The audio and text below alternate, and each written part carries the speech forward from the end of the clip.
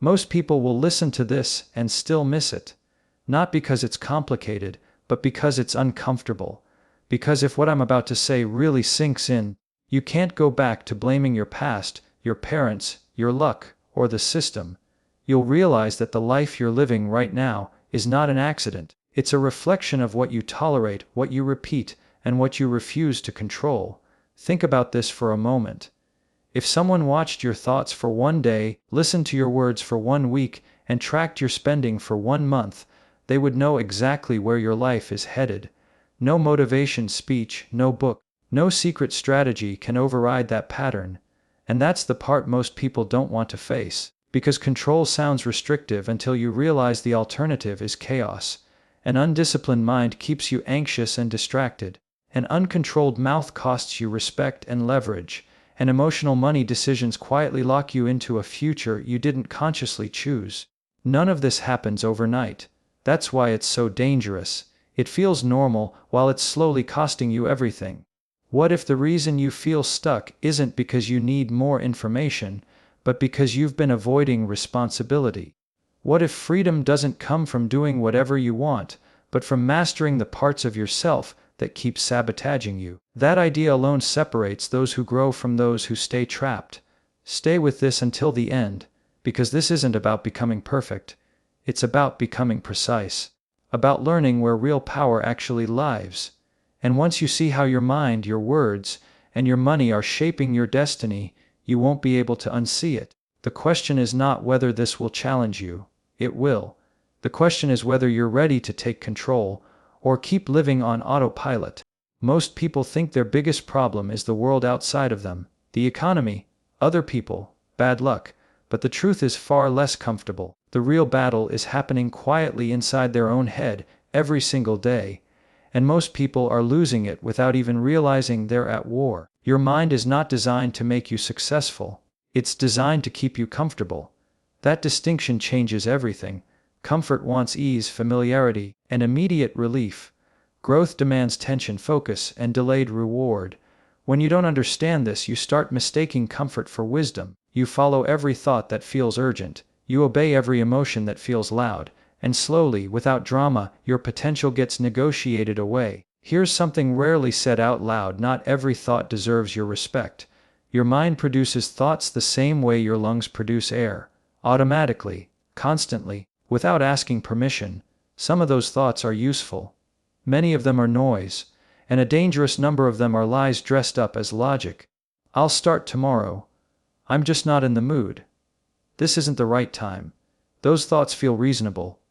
They sound mature, but they are often fear trying to sound intelligent. An uncontrolled mind turns feelings into commands. If you feel tired, you stop. If you feel bored, you quit. If you feel discouraged, you retreat. Over time, this trains your nervous system to associate discomfort with danger. You begin to avoid effort, avoid responsibility, avoid growth. Not because you're weak, but because you never learned how to sit with discomfort without obeying it. Mental control is not about suppressing thoughts. It's about creating distance from them. The moment you can say, "I notice this thought, but I don't have to act on it," you regain authority. That pause, that small gap between impulse and action, is where power lies. Without it you are reactive.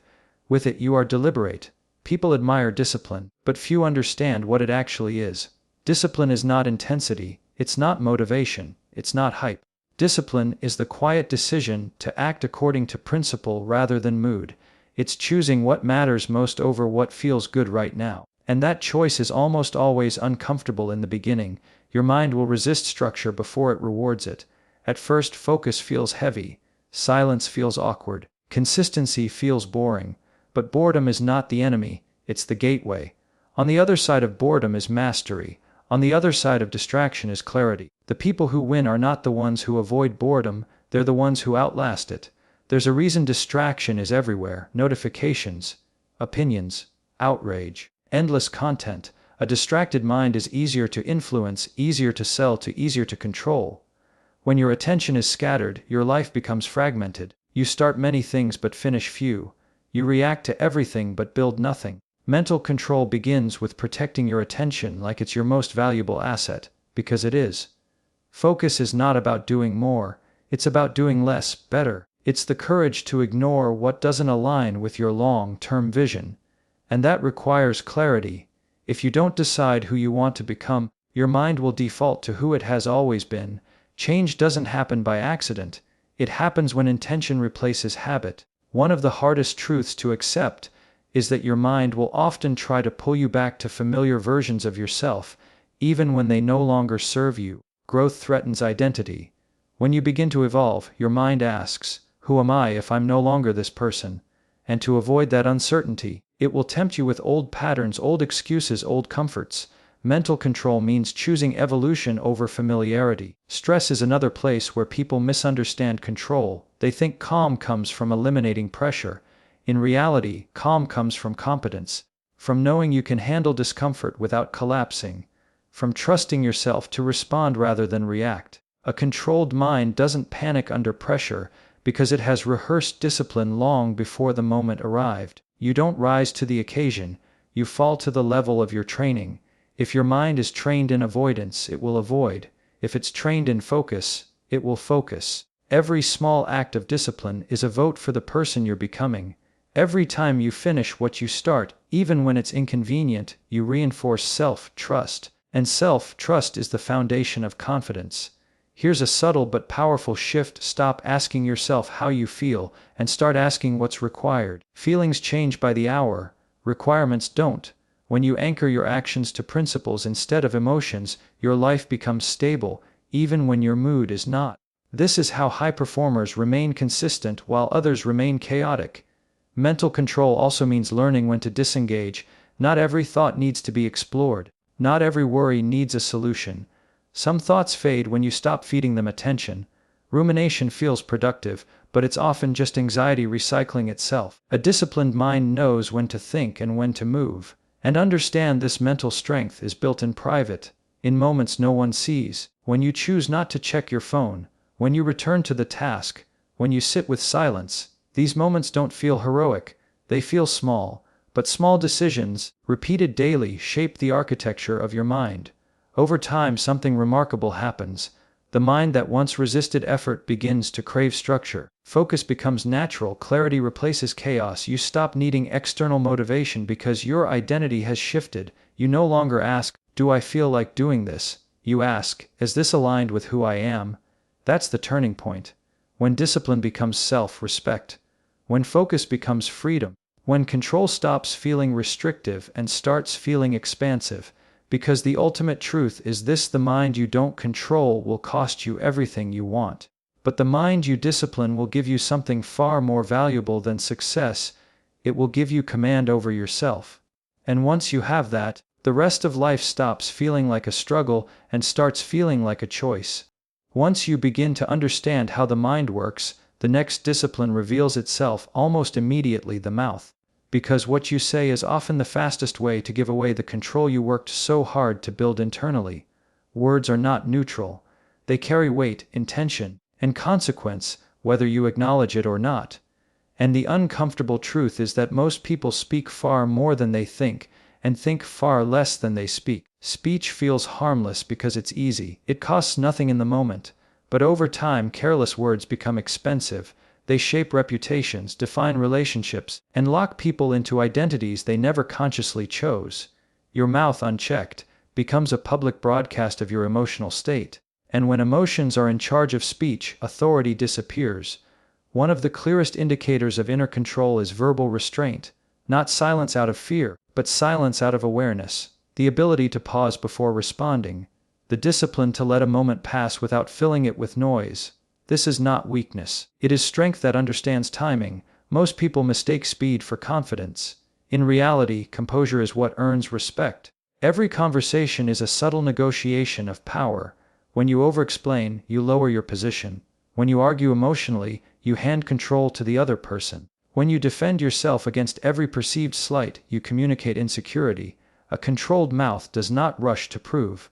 It allows reality to speak. There is a psychological reason people talk too much. Silence creates space, and space forces self-awareness. Talking fills that space and delays discomfort. But growth lives in that discomfort. When you resist the urge to speak immediately, you gain information. You observe tone, intention, and context. You hear what is actually being said, not just what triggers you emotionally. A disciplined speaker understands that not every truth needs to be voiced, and not every thought needs to be shared. Honesty without wisdom becomes recklessness. Clarity without restraint becomes arrogance. True communication is not about expression alone, it's about impact. The question is never just, is this true, but, is this useful, necessary, and timely? Anger is where the mouth does the most damage. Anger sharpens the tongue and narrows perception. In that state, words are used as weapons rather than tools. And while anger feels powerful in the moment, it often creates consequences that last far longer than the emotion itself. The person who speaks in anger rarely wins, they simply reveal. Control here means recognizing that silence can be a response. Not every provocation requires engagement. Not every challenge deserves acknowledgement. Sometimes the most authoritative thing you can say is nothing at all. When you do that, you deny others the reaction they are often seeking, and you keep your own integrity intact. Consider how people speak about their lives. Many unknowingly rehearse their limitations out loud. They repeat stories of failure, betrayal, or injustice until those narratives become fixed identities. Language shapes perception. When you repeatedly verbalize defeat, your mind begins to accept it as truth. A controlled mouth does not reinforce helplessness, it reinforces responsibility. This does not mean pretending everything is fine. It means choosing words that move you forward rather than trap you in the past. It means describing challenges without glorifying them. It means speaking about goals with intention, not desperation. There is a difference between sharing thoughtfully and broadcasting emotionally. Another overlooked aspect of verbal discipline is listening. Most people listen only to respond, not to understand. Their mind is already forming the next sentence while the other person is still speaking. True listening requires the ego to step back. It requires patience, and it often reveals more than speaking ever could. People tell you who they are if you let them. Authority is built when people feel heard, not overwhelmed. When you listen well, you gain influence without force. You don't need to dominate conversations when you can guide them. And guidance comes from clarity, not volume. There is also the matter of promises. Every promise you make is a claim on your future self. When you promise impulsively, you weaken trust in your words. Others may not say it, but they notice. Over time, your credibility erodes.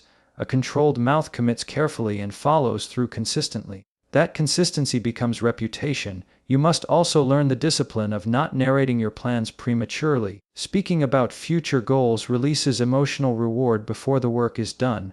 It tricks the brain into feeling progress without action. This is why many people talk more than they build. Silence protects momentum. Results speak louder, and they don't require explanation. Notice how composed individuals speak.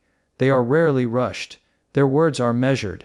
They don't chase agreement. They don't argue to win. They understand that persuasion is subtle and that presence matters more than performance. Their calm unsettles those who rely on chaos. Verbal control is not about manipulation. It is about alignment. When your words align with your values, your actions align with your words, and your reputation aligns with both, life becomes simpler, conflict reduces, trust increases, energy is preserved. This discipline also extends to how you speak to yourself. Internal dialogue is still language. If you speak harshly to yourself, you normalize disrespect. If you constantly criticize your own efforts, you weaken motivation. Control your inner speech as carefully as your public words. Self-respect begins there. Over time, as you practice restraint, something shifts. You feel less reactive. You choose responses instead of blurting reactions. You stop feeling the need to fill every silence, and in those silences, clarity grows. You begin to notice that people take you more seriously, not because you demanded it, but because your presence feels grounded. The mouth is the bridge between thought and reality. What crosses that bridge shapes your world. When you control it, you protect your power. When you misuse it, you give that power away. So the reflection is simple, but not easy. Before you speak, ask yourself whether your words will strengthen your position or weaken it. Ask whether they are driven by intention or emotion, because once spoken words cannot be retrieved, only lived with. And the person who learns to speak less, listen more, and choose carefully becomes someone whose words truly matter. When the mind is disciplined and the mouth is measured, the final test of control shows up in the most practical place possible: money. Not because money defines your worth, but because money exposes your habits. It reveals whether you act on impulse or intention, whether you think short-term or long-term, whether you are driven by emotion or guided by principle. Money is not just currency. It is stored time, stored effort, stored decisions. Every dollar represents hours of your life that you will never get back. And when you understand that, spending becomes less casual and more conscious. Most people don't lack income as much as they lack respect for the energy it took to earn it.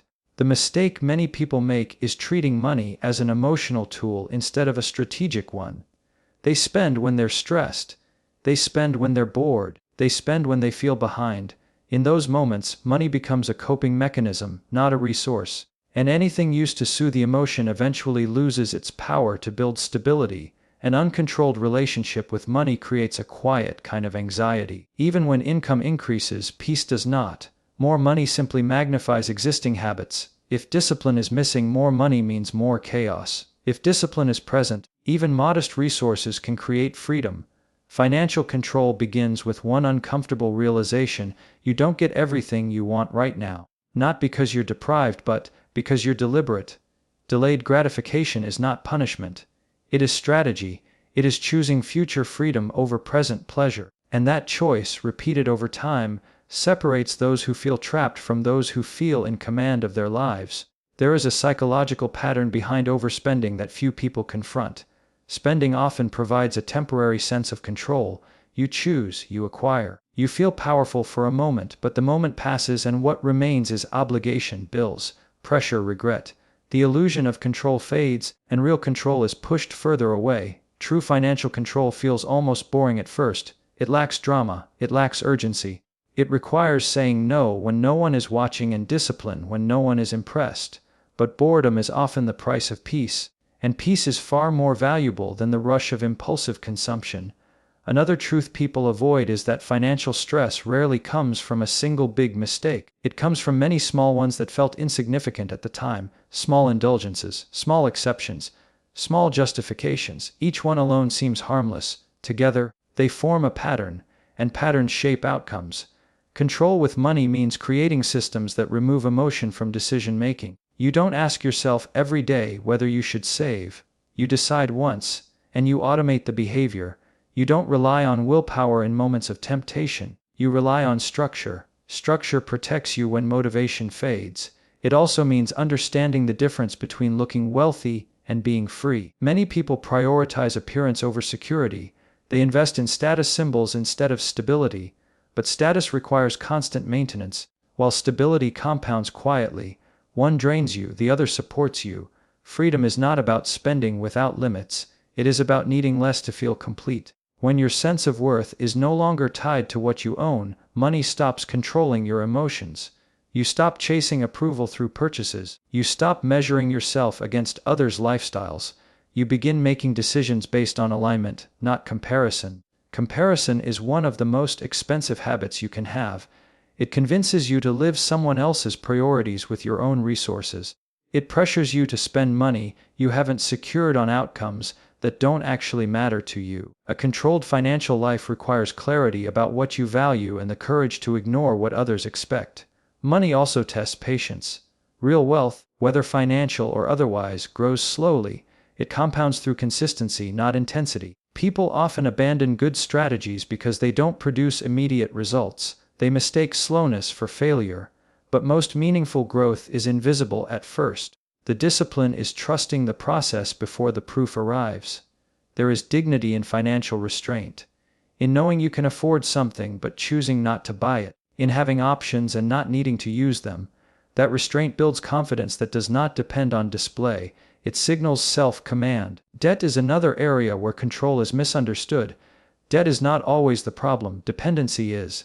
When debt removes your ability to choose, it becomes a chain. Financial control means minimizing obligations that force decisions you would not otherwise make.